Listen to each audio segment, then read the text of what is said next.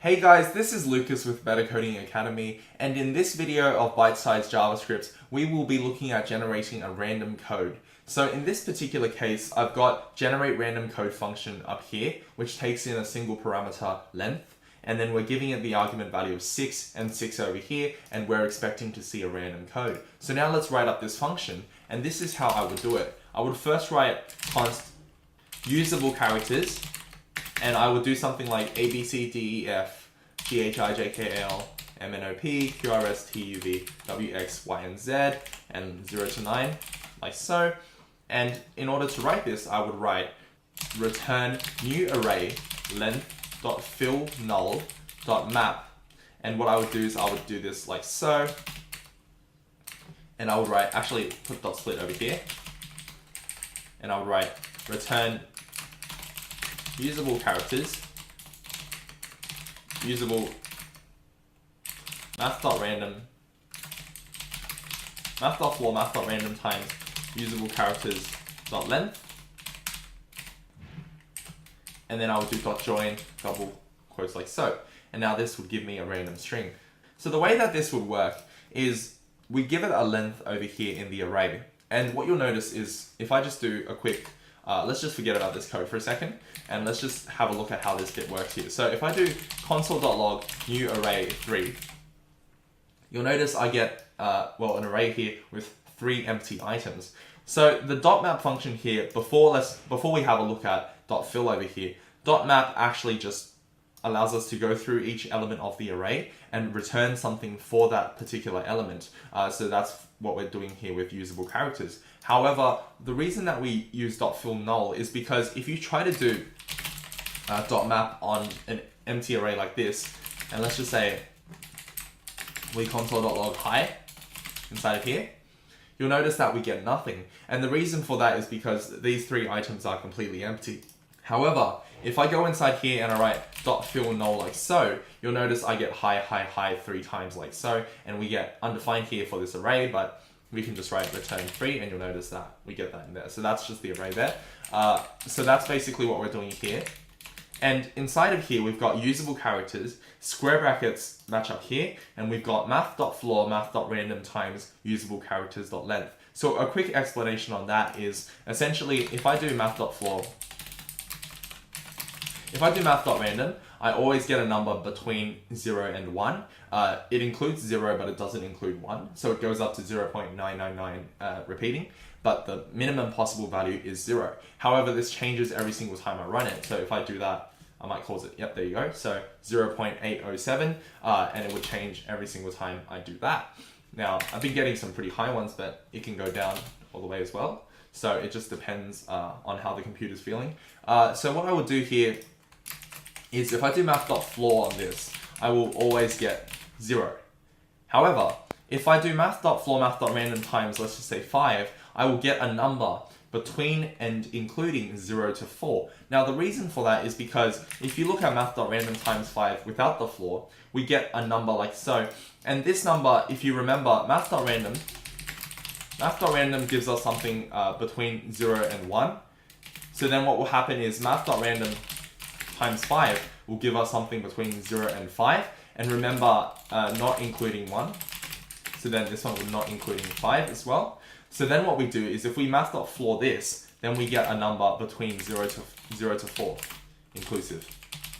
Because it can never truly be 5, because it can never truly be 1. So actually the design of math.random here is really smart because it makes sure that we never ever get 1, which would actually cause something like this to break. So so basically by writing math.floor, math.random times 5, we get between 0 and 4 inclusive like so.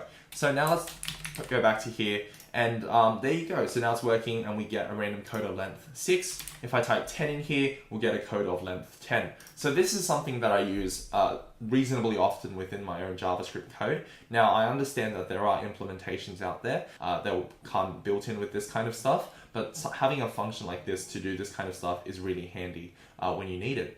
However, before I finish off, I want to show one more thing here, which is that we can actually access usable characters down here if we go like so. And you'll notice we get all of the characters displayed. Now this may or may not be a good thing, because by showing it, we're actually allowing it to be modified. And that may or may not be, as I said, a good thing. So if I go to usable characters here, and let's just say usable characters.for each value index, and let's get rid of that. And then usable characters index equals, let's just say $, then every single code we get will be replaced with $signs. So this is kind of like, I guess, kind of like hacking in a sense. So if you don't want that to happen, what we can do here is we can use something called an IIFE, immediately invoked function expression, and we can use something in JavaScript known as a closure. So in order to write up this code, what I'm going to do is I'm going to just comment this out really quickly here with a block comment, because I'm going to copy from it. And I'm going to go here and write const generate random code is equal to, and I'm going to put this really weird cryptic looking thing.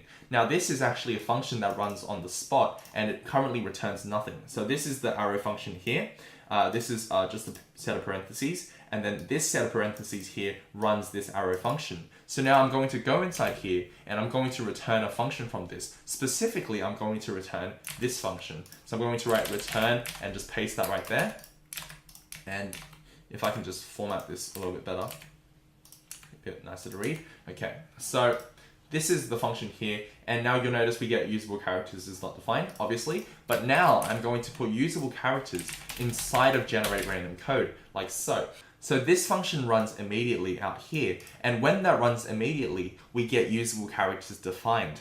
But then this function returns the function that we actually use. Now this function is, as I said, only defined once. This doesn't run every single time we run generate random code. Generate random code itself is only set to this function here. However, by using a closure like this, we actually give this function unique private access to usable characters. And what that does is that prevents us from being able to access usable characters out here like so. You'll notice I get undefined.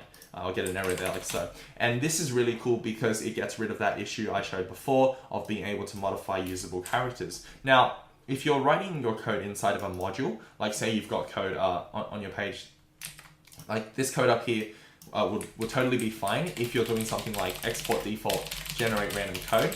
However, if you're writing code on the same page as other stuff and you don't want usable characters to be accessible outside of the context, then it's a really good idea to use the IIFE like so. And I mean, it doesn't hurt to do this in any case, but this is something which can come in handy in a much wider range of situations. So this has just been a video explaining generating a random code in JavaScript, and hopefully I've explained how I did it along the way. And there are definitely other ways to do it, but I hope that in showcasing the closure and how I've generated a random code, that this could be helpful with you in your coding adventures. This has been Lucas with Better Coding Academy, and see you guys later.